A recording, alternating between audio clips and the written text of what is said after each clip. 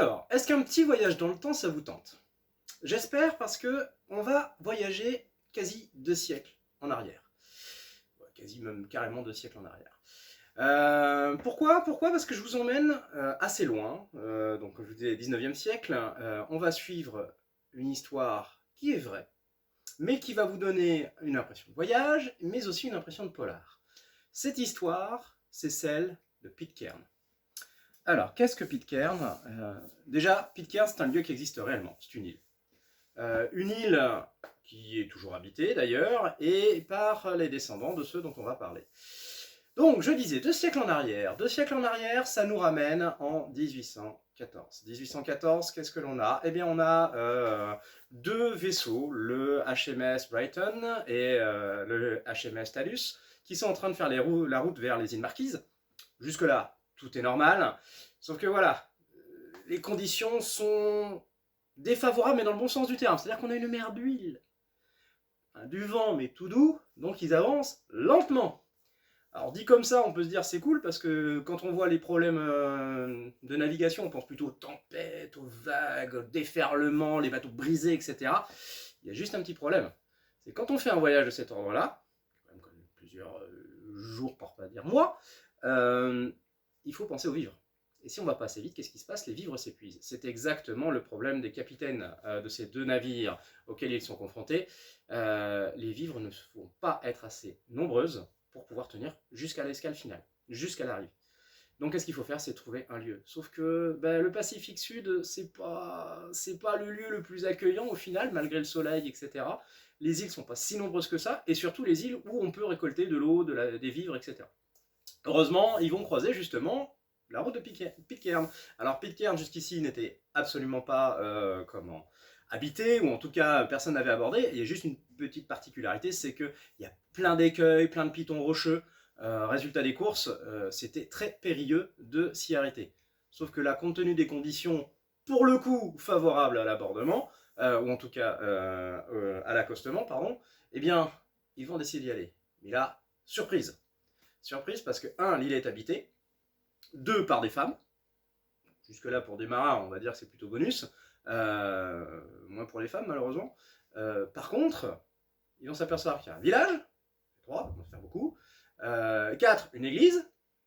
5, ils parlent bizarrement anglais. Et alors là, quand même, les coïncidences commencent à être énormes. Jusqu'au moment où un livre très particulier va être trouvé, une Bible. Et je vous le donne dans le mille, cette Bible, elle est estampillée du fameux HMS Bounty. Et oui, le Bounty, ou la Bounty selon les traductions.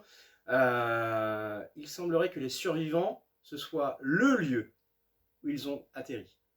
Alors on est en 1814, 1790 si ma mémoire est bonne pour le Bounty.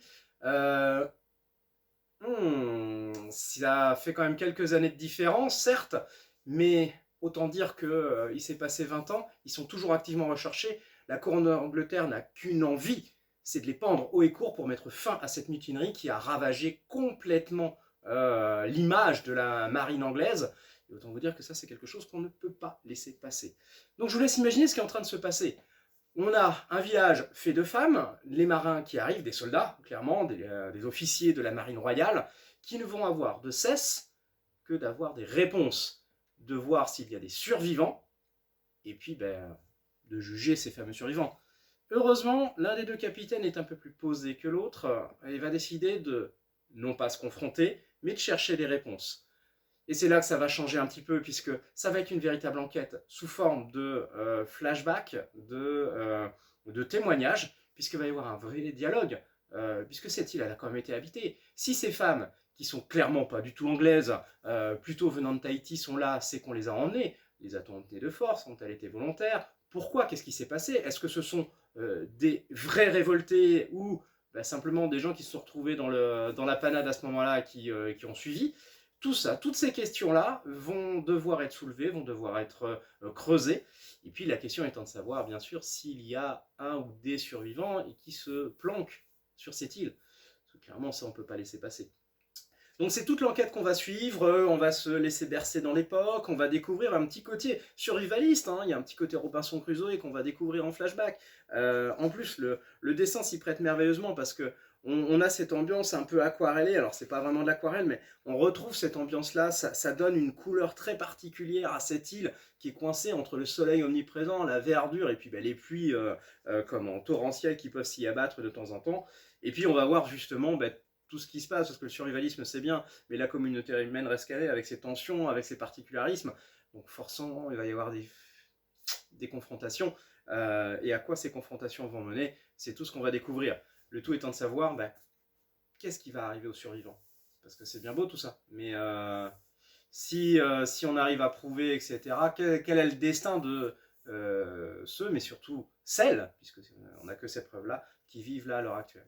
Eh bien, c'est toute l'histoire qu'on va suivre dans Pitcairn, ou les 4 femmes d'Adams. Petite particularité aussi, vous retrouverez, je pense, d'autres récits sur ce lieu en ce moment. Rassurez-vous, c'est jamais la même histoire, en tout cas pas fait de la même façon, et il n'a pas la même trame. Mais celui-ci a l'avantage d'être un one-shot. Il est extrêmement bien fait, on s'y laisse bercer, en plus on peut vraiment se plonger dans les décors. Donc c'est un dépaysement total, tout en tant qu'une page d'histoire, donc tout bénef comme on dit.